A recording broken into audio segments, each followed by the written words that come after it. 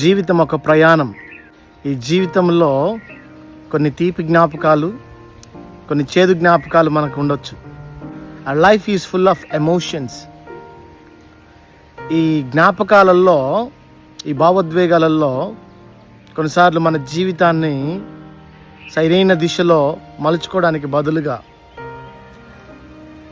ఏది మంచిది కాదో దాని దిశలో మన జీవితాన్ని మలుచుకుంటూ ఉంటుంటాం. నువ్వు ఏ పరిస్థితి గుండా వెళ్ళావో, నువ్వు వెళ్ళిన ఏ పరిస్థితులు కూడా నిన్ను ఒంటరిగా విడిచిపెట్టలేదు. నీకు జ్ఞానాన్ని, జ్ఞాపకాలను మిగిల్చింది. ఈ జీవితంలో పుట్టినది మొదలుకొని మనం చనిపోయేంత వరకు మనకు చాలామంది తారసపడుతూ ఉంటుంటారు. కొందరు సుపరిచితులు, కొందరు పరిచితులు, మరికొందరు అపరిచితులు. ఈ ఎంటైర్ లైఫ్ మనం చూస్తే మనతో అందరూ ఉంటారా అంటే ఎప్పటికీ ఉండరండి. అందుకనే భక్తుడైనటువంటి మోషే అది తెలుసుకొని అని అంటాడు, నీవు నాకు తోడుగాను, నాకు ముందుగాను నడవాలి అని కోరుతాడు దేవుణ్ణి.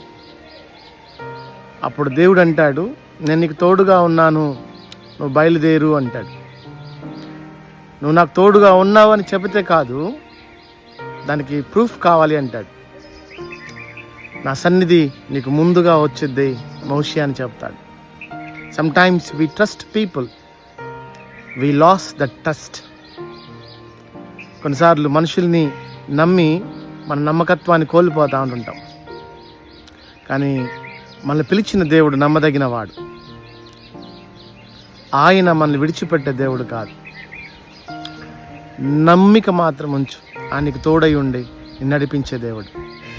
నువ్వే పరిస్థితుల గుండా వెళ్తున్నావో, నువ్వు ఏ కష్టాల గుండా నువ్వు వెళ్తున్నావో, ఏ అవమానాల గుండా నీ ప్రయాణం కొనసాగుతుందో గుర్తుపెట్టుకో, మేలును చేసే దేవుడు నీకు సమీపంగా ఉన్నాడు.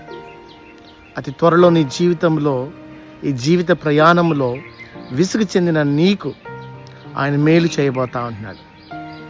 నువ్వు నమ్మిన ఎడల దేవుని మహిమను చూస్తావు. God bless you.